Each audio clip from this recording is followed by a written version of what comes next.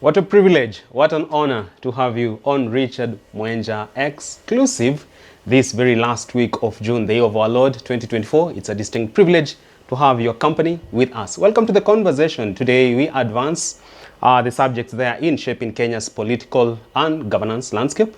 And who better to help me bring the conversations home than this powerful think tank. The first of his name, Herman Manyora.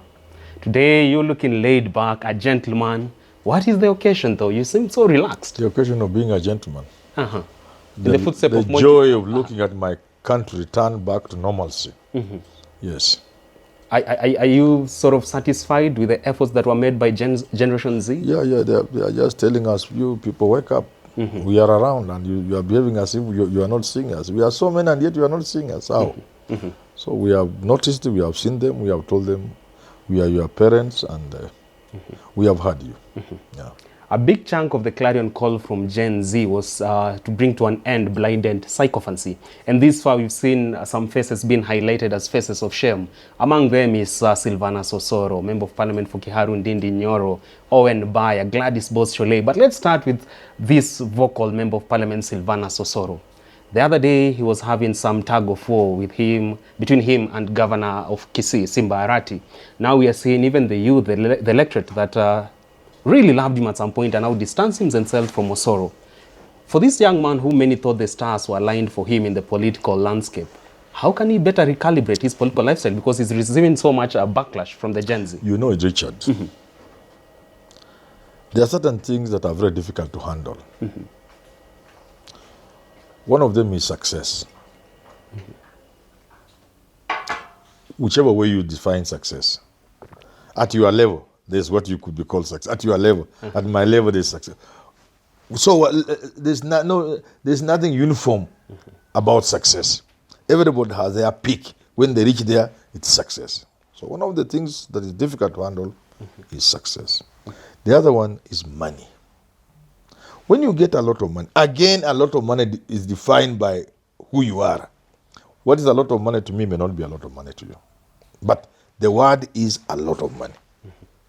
The underpinning factor is a lot of money at your level.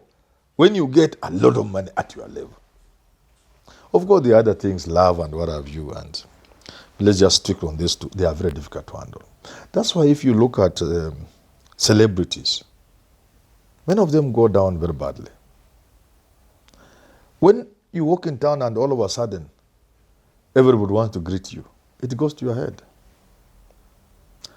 When you go to the Olympics and bring a gold medal and you are being celebrated, mm-hmm. When you go Boston Marathon and just 42 minutes, you have your 200 Kenya shillings, 200 million. To your pocket.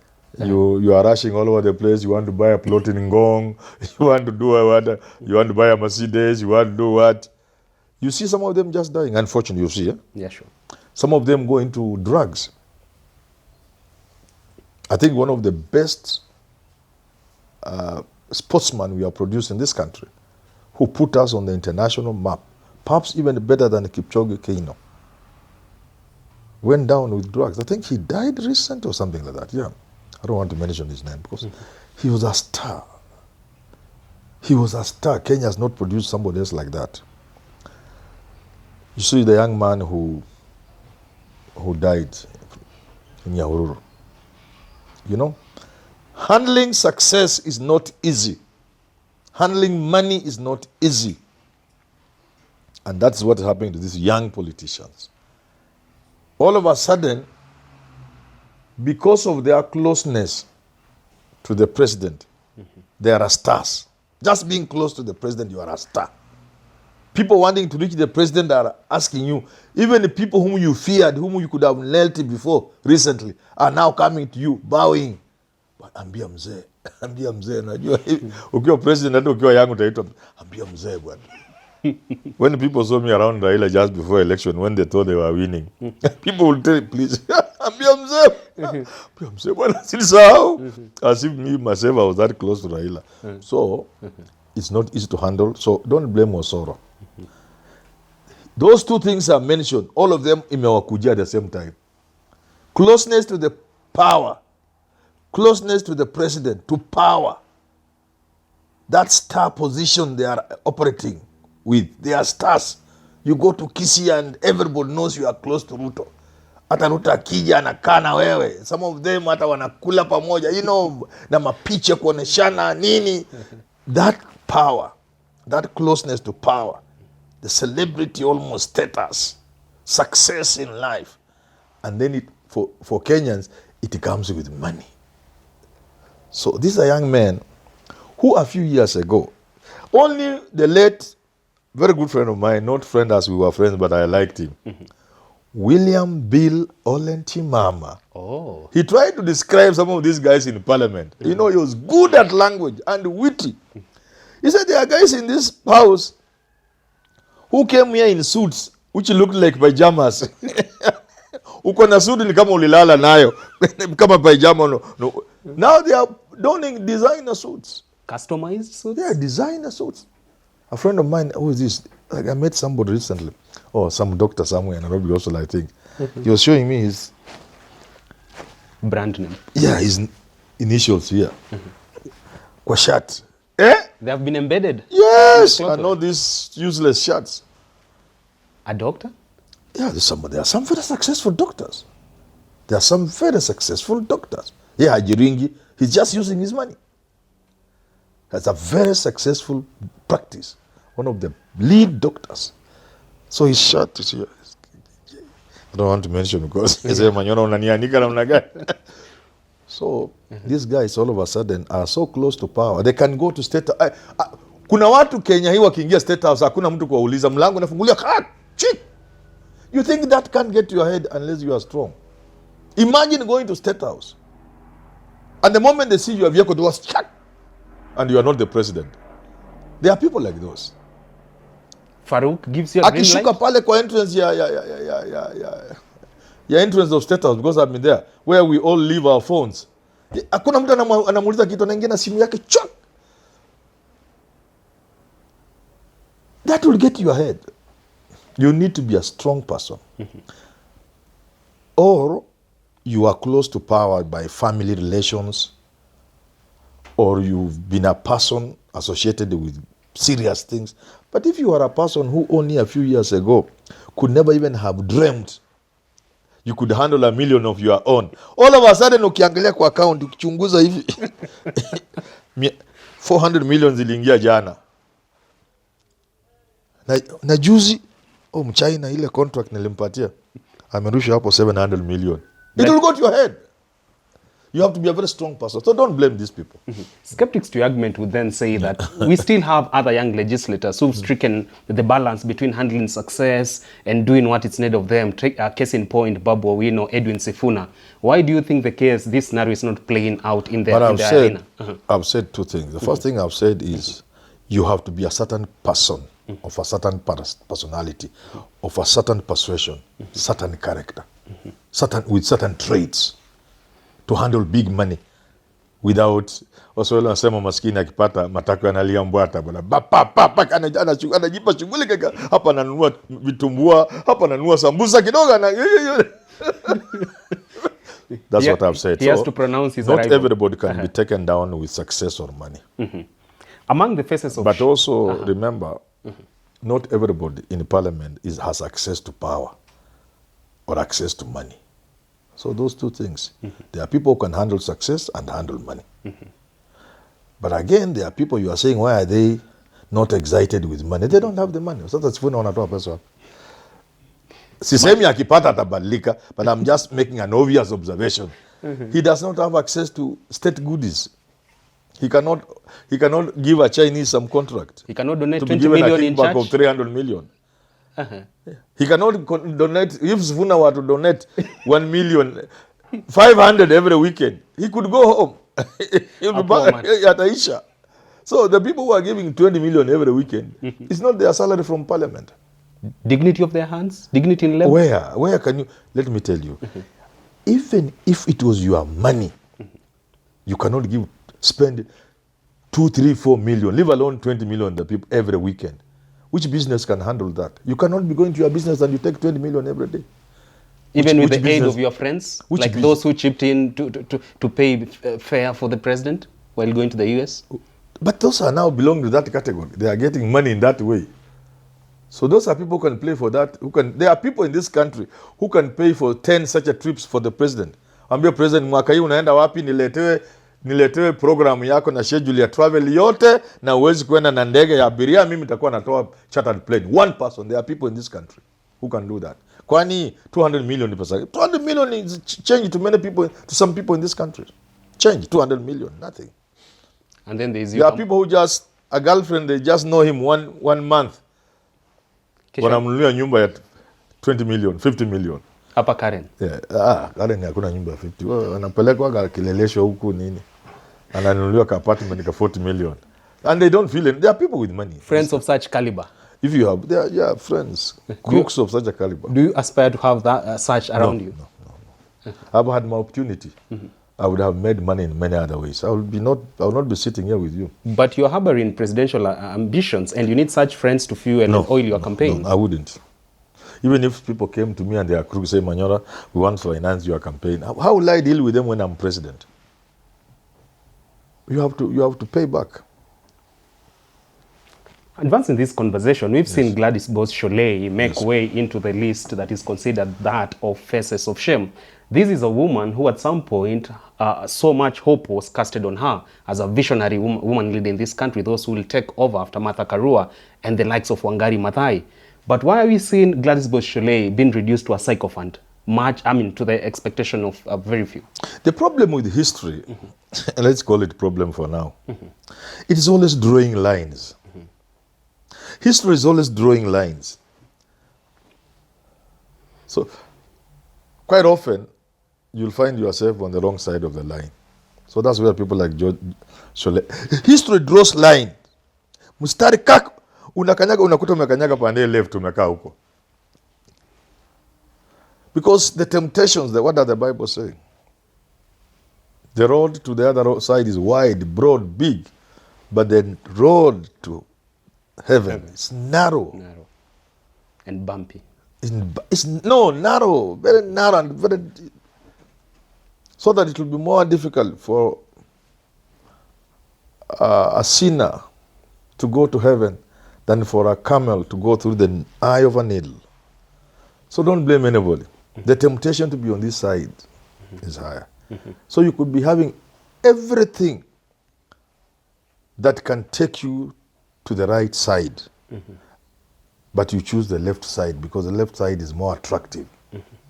It has quick benefits.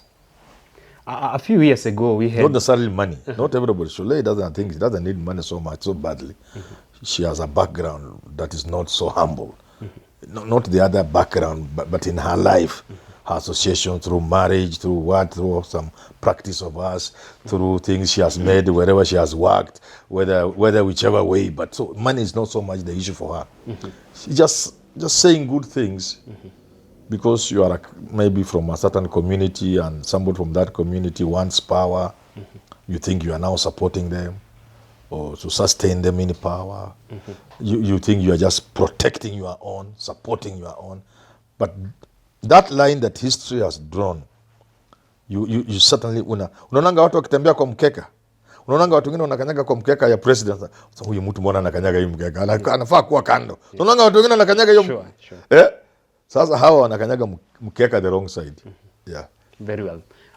In the interest of time, before we wrap up this conversation, there are quotas who had envisioned as Sholei's presidency, a first of its kind whereby a woman will be taking the top seat in this country. Do you think that dream is far-fetched now that we are seeing Sholei being reduced to a sycophant? Sholei has everything going for her. If you are looking for serious women in this country, how would you not counter? Even if the room is small, you'll have to open the door for her. Even if the seats are few, she must get her a chair. But if you are compiling a list of top women in this country, where would you leave Sholei?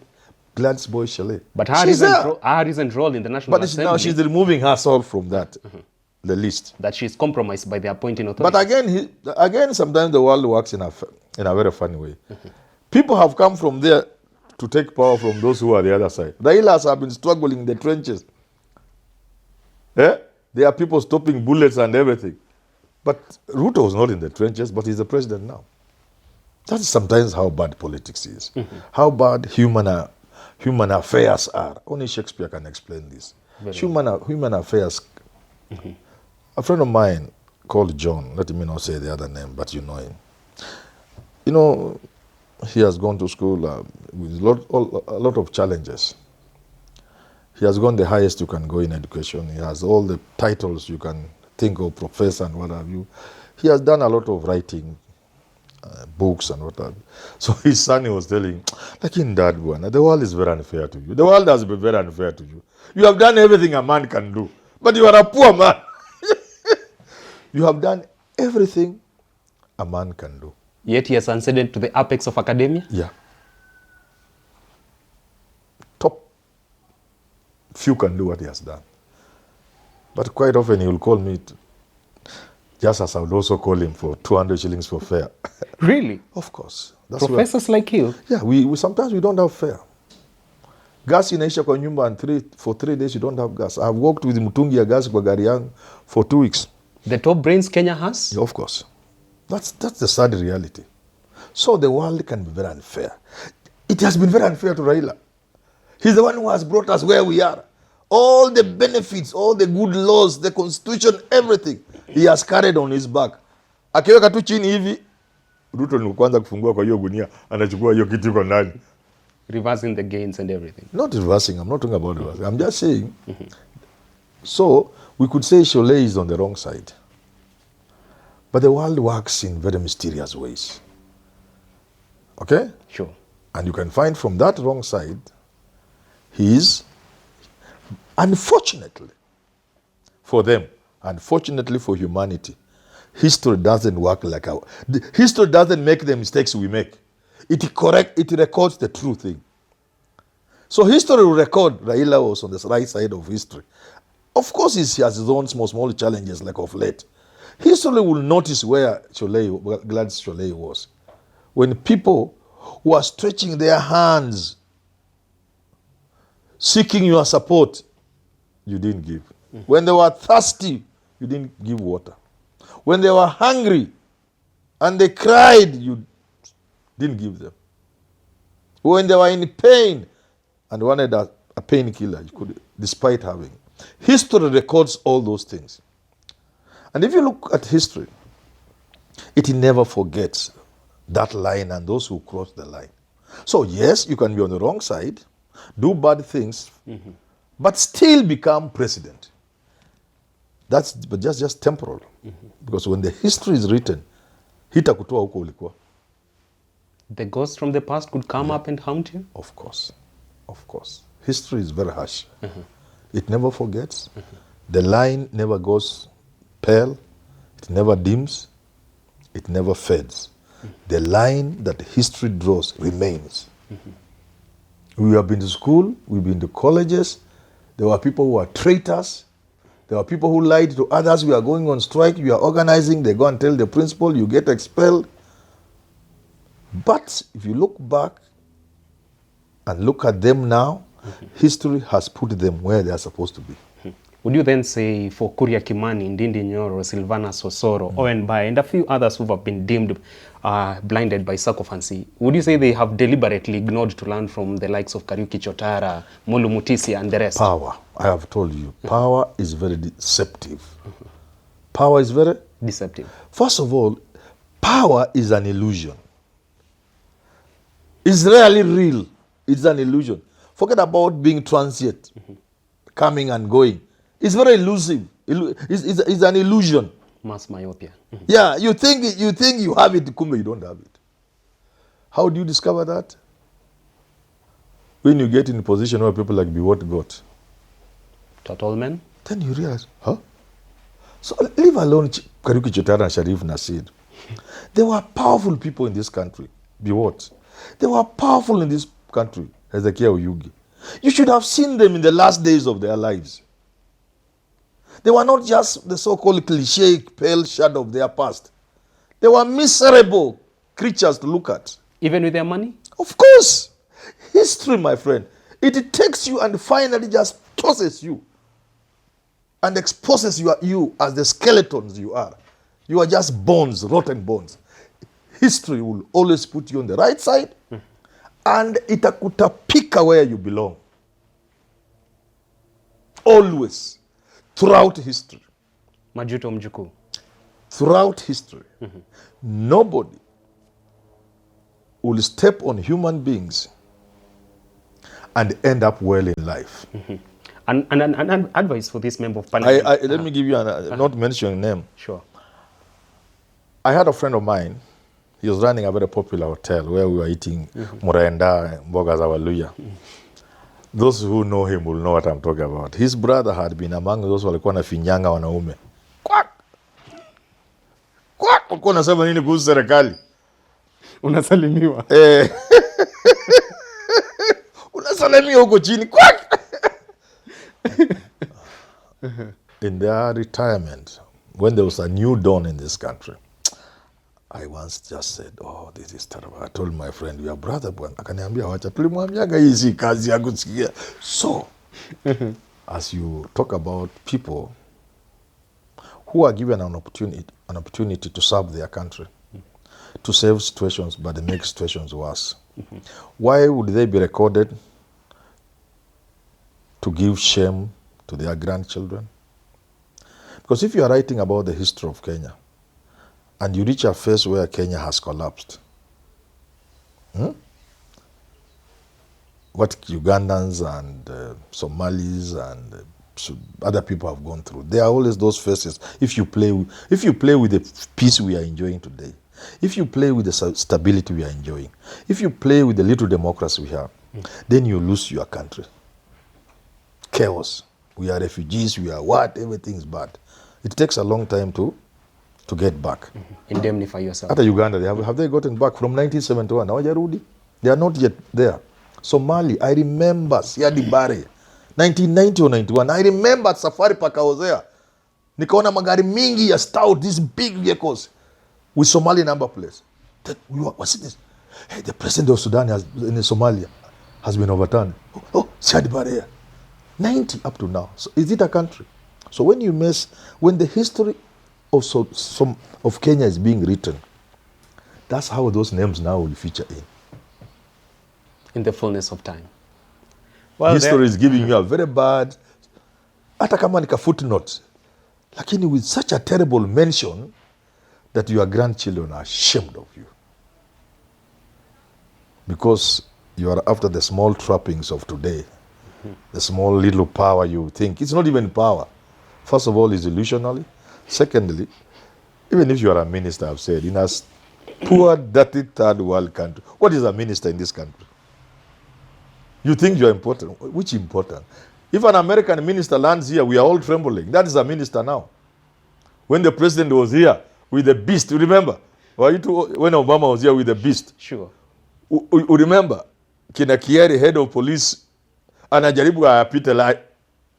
Those guys don't talk, the Marines. You can't queue. You can't say that. Kipruto Arap Kiro is watching and he's part of this media company. Oh, so he'll do it. I mean, he's a former minister. You have to be polite to them. Which, being a minister here, is a useless, tiny little position. If a really minister lands in Kenya, the world stops. When Kissinger came here, the world stops. Everything stops. Your phones will be jammed. You can't go to the airport just anyhow. Ile hoteli anakaa.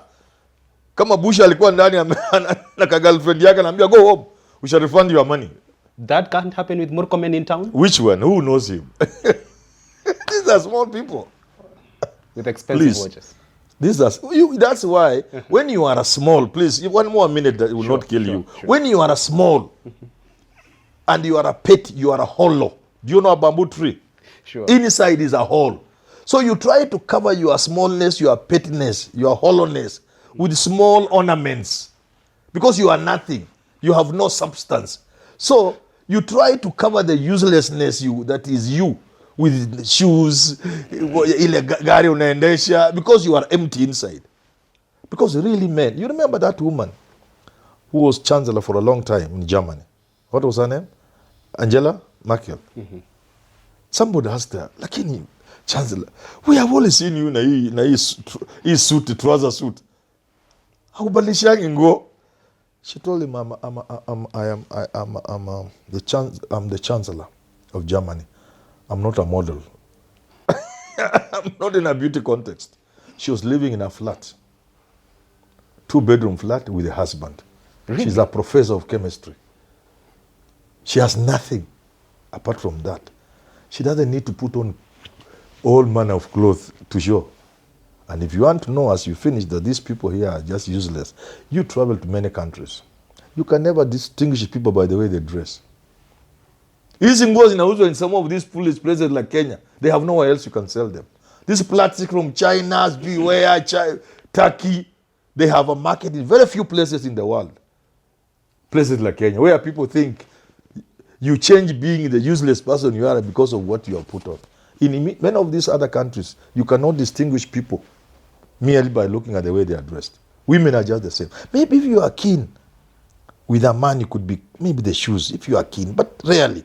Maybe the women, you can look at the hair maybe, but you cannot easily say, this is a driver, this is a professor, this is a doctor, this is an engineer. You by merely know. So let them put on those watches. They are covering emptiness. Someone might think Herman Manyora is a diary, perfect diary of an angry man, and perhaps more likely he's envious of the wealth of these people. What is there to envy? Oscar Sudi's wealth, money, opulence, and all that. I would admire you. I would admire your substance, not your jacket. There you have it. That point takes us to the wrap of this conversation today, talking matters to do with the place of sycophancy in Kenya's politics and what that portends for current crop of leadership and also future generations. What the future portends for them should this trend and vice go on into the future. Thank you so much, Herman Manyora. We wait to see you on our next edition. Thank you, Richard. Thank you, Until Richard. next time, do enjoy the rest of your viewing.